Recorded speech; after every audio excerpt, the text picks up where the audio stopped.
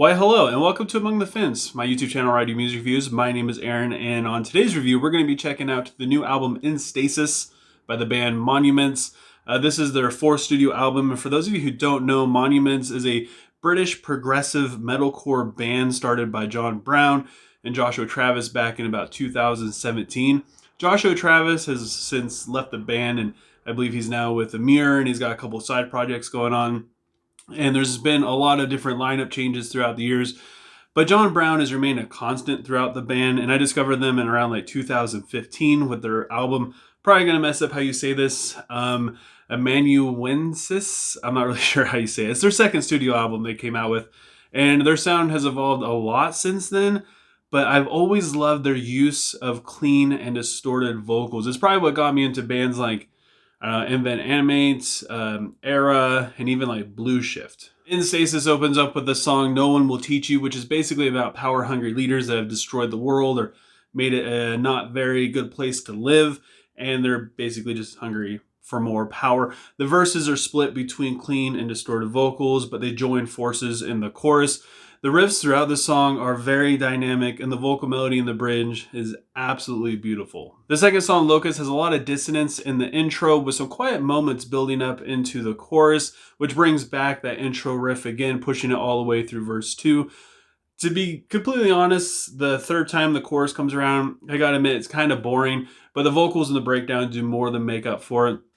And then it goes into the song Cardinal Red, which is about the Catholic Church and how they use fear and manipulation to manipulate people. And the verses again are split up by clean and distorted vocals, while the chorus gets a very strong vocal melody, and the whole song has a very dark vibe to it. But I would have to say that the outro, like the breakdown in the outro in Cardinal Red, has got to be like the peak of the song. The song Opiate starts out with female vocals that breaks up and becomes a synth effect underneath a genty riff.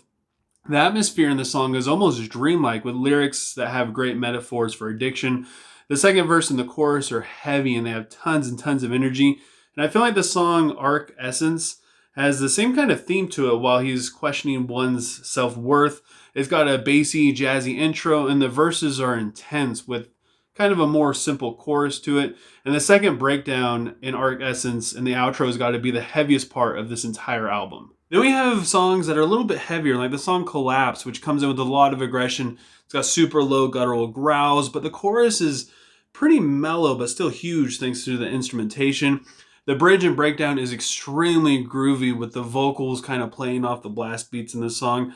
Then we have the song Somnus, which is equally as groovy, a little bit more dynamic, I would say. The distorted vocals are changed up, and it sounds so sick, but the cleans in the chorus are kind of the same that we've heard throughout all the other songs. One of the more awkward songs on this album is False Providence, and it's just because they changed up the song structure. It's very weird. It goes verse, bridge, chorus, verse, bridge, and then like a breakdown thing. And then the song ends on another verse.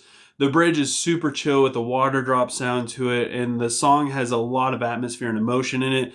Then we have the song Makeshift Harmony, which has a lot of presence and dissonance from the guitar, which becomes a little bit more chimey in the verses.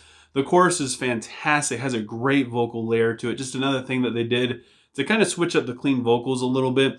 And the syncopation in chorus 2, or going into chorus 2, is just so sick. It's got such a great build-up going into it. By the time you get into it, you're just ready for it. The closing track, I'm not really sure how to pronounce it. I believe it's pronounced the Cimmerian, maybe.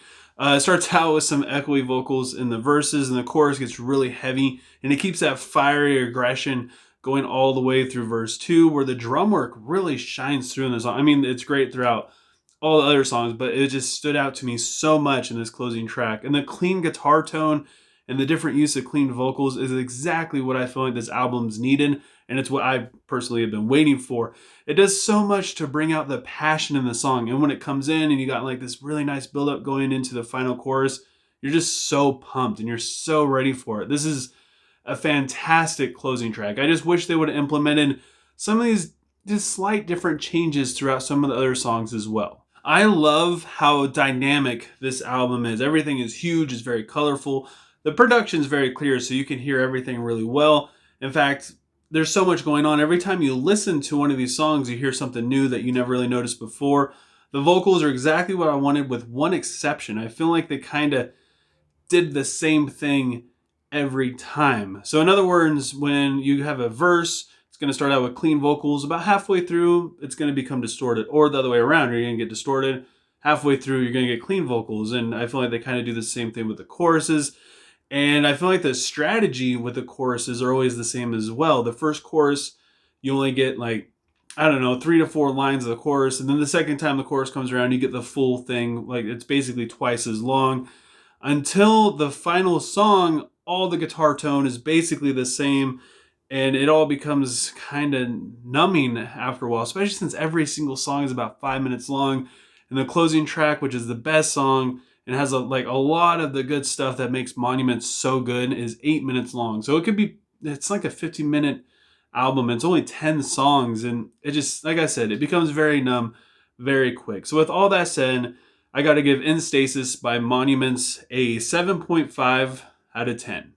But I want to know what you guys think. Leave a comment below letting me know what you thought of In Stasis, what you would rate it, and what your favorite song is. And if you have anything you want me to review, also leave a comment below letting me know what it is. If you enjoy this video, don't forget to give it a like. And please consider subscribing and ringing the bell icon to help support me and my channel. Doing any of that stuff helps me out more than you guys could ever imagine. Thank you so much for taking time out of your day to listen to me talk about music. And I hope you guys have a good rest of your day or night whenever you happen to be watching this. And I will talk to you guys next time. I was trying, ignorant, kid relying on my parents' said to save me.